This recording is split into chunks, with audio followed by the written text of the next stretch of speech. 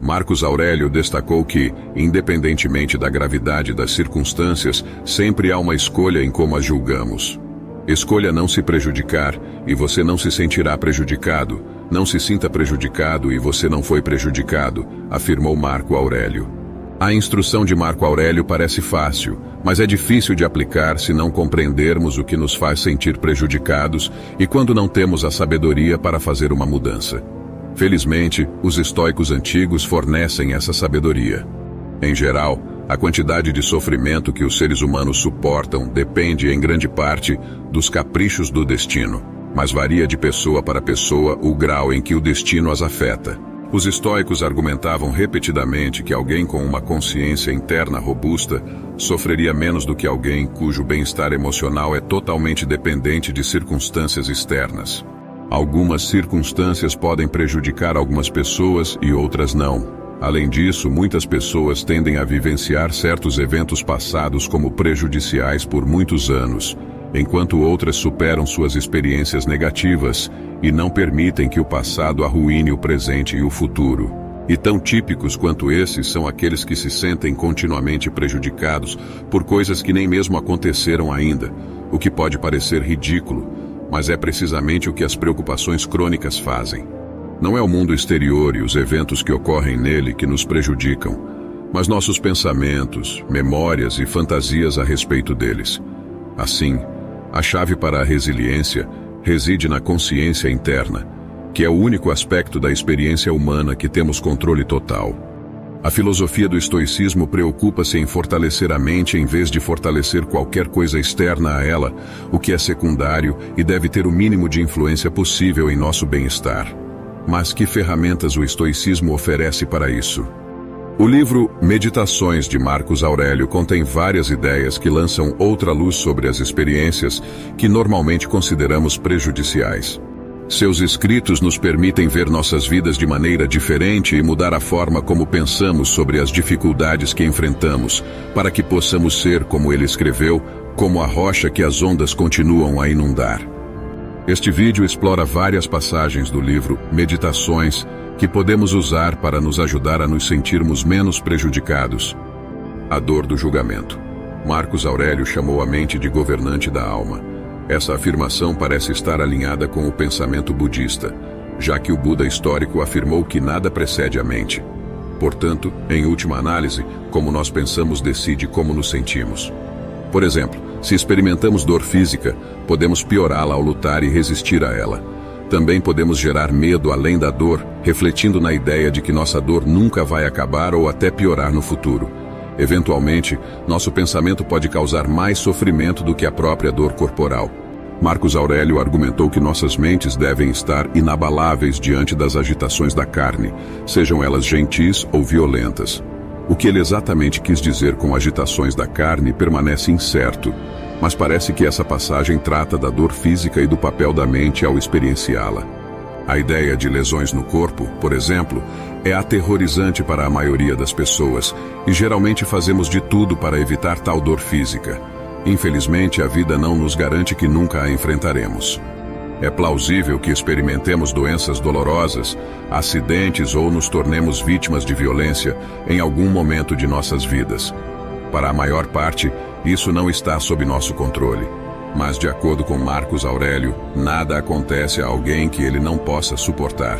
Embora a dor seja uma parte inevitável da vida humana, temos a escolha de experimentar ou não experimentar a dor adicional, além do que o mundo exterior nos impõe. A quantidade de dor extra que experimentamos depende de nossos julgamentos. Marcos Aurélio argumentou: quando elas penetram em seus pensamentos, através da ligação simpática entre mente e corpo, não tente resistir à sensação. A sensação é natural, mas não deixe a mente começar com julgamentos, chamando-a de boa ou ruim. Marcos Aurélio faz aqui uma distinção entre sensações e sofrimento real. A dor corporal é natural, mas nossa mente cria a outra. Ele diz a si mesmo para não resistir à própria dor e abster-se de julgá-la. Poderíamos dizer que a sensação da própria dor não é necessariamente sofrimento se não a considerarmos como algo terrível, mas a aceitarmos como um fenômeno natural que não é bom e nem ruim. A dor é inevitável. O sofrimento é opcional, como diz o ditado. Ou poderíamos dizer que a dor em si é ruim o suficiente. Por que piorá-la resistindo a ela através do julgamento? Marcos Aurélio disse: deixe a parte de você que faz esse julgamento ficar quieta, mesmo que seu corpo seja agredido ou queimado, ou fique cheio de feridas, ou consumido pelo câncer. Para colocar de outra forma, seu corpo precisa perceber que o que acontece com todos, tanto o ruim quanto o bom, não é necessariamente ruim nem bom. Embora Marcos Aurélio tenha escrito sobre as agitações da carne, podemos aplicar seu raciocínio a outras formas de dor também. Sempre que nos sentimos magoados, por exemplo, quando alguém nos insulta, não é o insulto em si que nos machuca, mas a maneira como o julgamos. Nossas crenças causam nossos julgamentos. Quando acreditamos que ninguém tem o direito de nos insultar, então sentiremos agitação quando isso acontecer mesmo assim. Mas se pensarmos que receber insultos faz parte da convivência com humanos e que não podemos controlar o que as outras pessoas fazem ou dizem, é menos provável que nos sintamos prejudicados por eles. Por que pedir o impossível? Algumas pessoas vivem em conflito contínuo com o mundo ao seu redor. Parecem ser afetadas praticamente por tudo que as acontecem: as notícias, os assuntos dos vizinhos e os acontecimentos no trabalho. Tais pessoas não conseguem parar de reclamar do que está errado com o mundo e, em casos extremos, convenceram a si mesmas de que estariam melhor mortas do que vivendo em um lugar tão miserável chamado Terra. Se vivemos em conflito contínuo com o mundo, nossas crenças provavelmente não estão alinhadas com a realidade. Em muitos casos, elas se opõem. Portanto, se quisermos acabar com esse conflito contínuo em nossa mente, precisamos mudar nossas crenças. Uma maneira excelente de começar é parar de exigir tanto do mundo. Na verdade, em Meditações, Marcos Aurélio argumenta contra pedir o impossível, chamando isso de coisa louca a se fazer. Não podemos esperar o que não pode ser entregue. E uma coisa certa sobre pedir o impossível é que é uma estratégia destinada ao fracasso. No entanto, muitas vezes de maneira sutil, parecemos pedir o impossível o tempo todo, desejando que as coisas aconteçam de maneiras que são irreais e não alinhadas com a natureza do mundo. Os chamados otimistas vazios são propensos a isso. Seu otimismo os torna esperançosos e confiantes em um futuro que não tem a mínima probabilidade de acontecer. Confiança e esperança não são coisas ruins, mas se não estão alinhadas com a realidade, a decepção é a consequência lógica.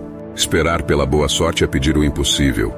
Desejar nunca ficar doente, nunca ser insultado, nunca ser ridicularizado é pedir o impossível.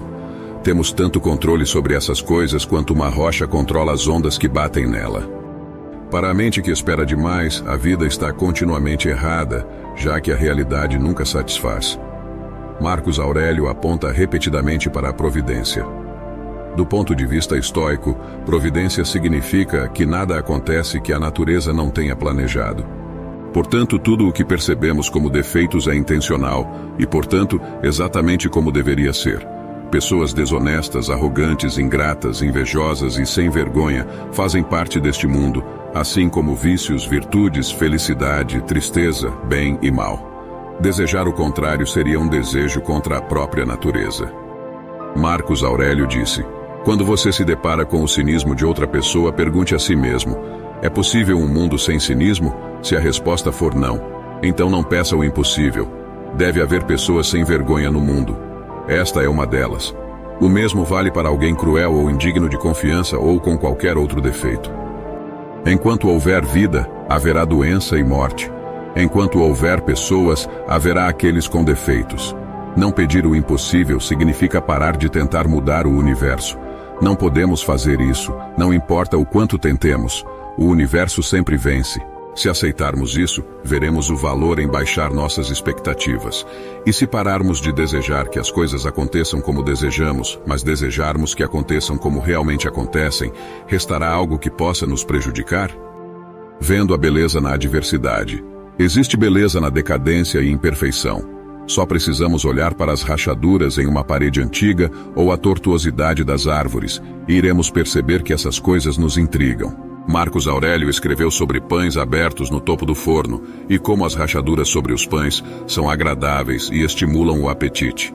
Ele destacou que a imprudência da natureza tem seu próprio encanto, um rosto envelhecido, uma maçã enrugada, as ruínas de uma cidade que frequentemente consideramos belas, mesmo que tenham sido sujeitas à decadência.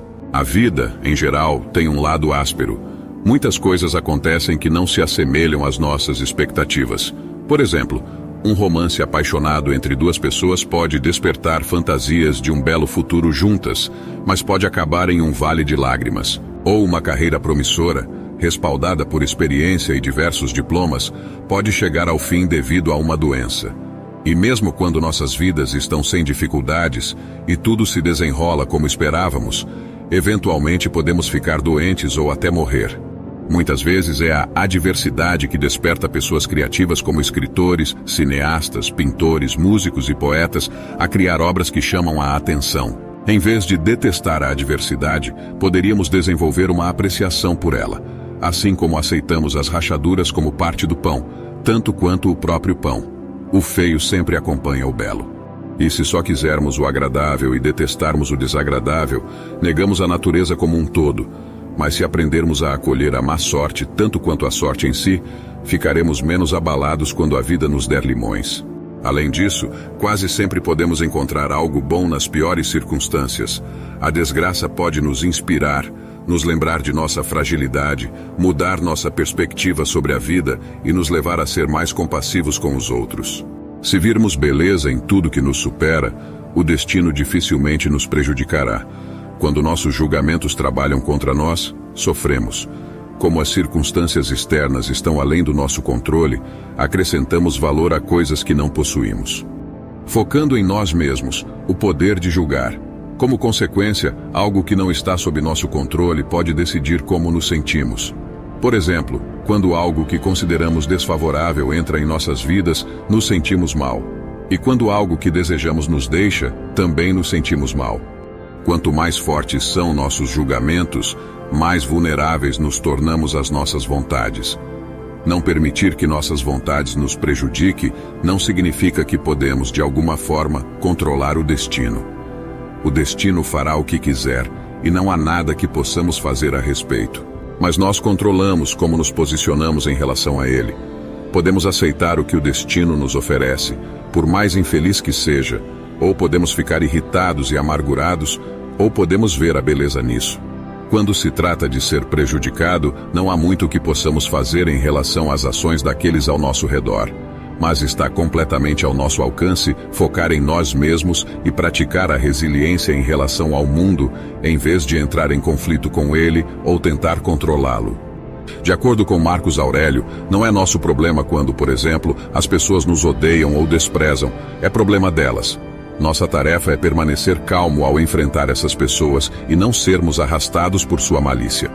E assim podemos encarar qualquer infortúnio que seja lançado em nosso caminho. De uma perspectiva estoica, a adversidade em si não é prejudicial ao nosso sentimento de bem-estar. Ela só é prejudicial se permitirmos. Portanto, escolha não ser prejudicado e você não se sentirá prejudicado. Não se sinta prejudicado e você não foi prejudicado, como diz Marco Aurélio. Aqui irei deixar mais 2 vídeos cheios de sabedoria estoica para que você possa aprender ainda mais. Até a próxima!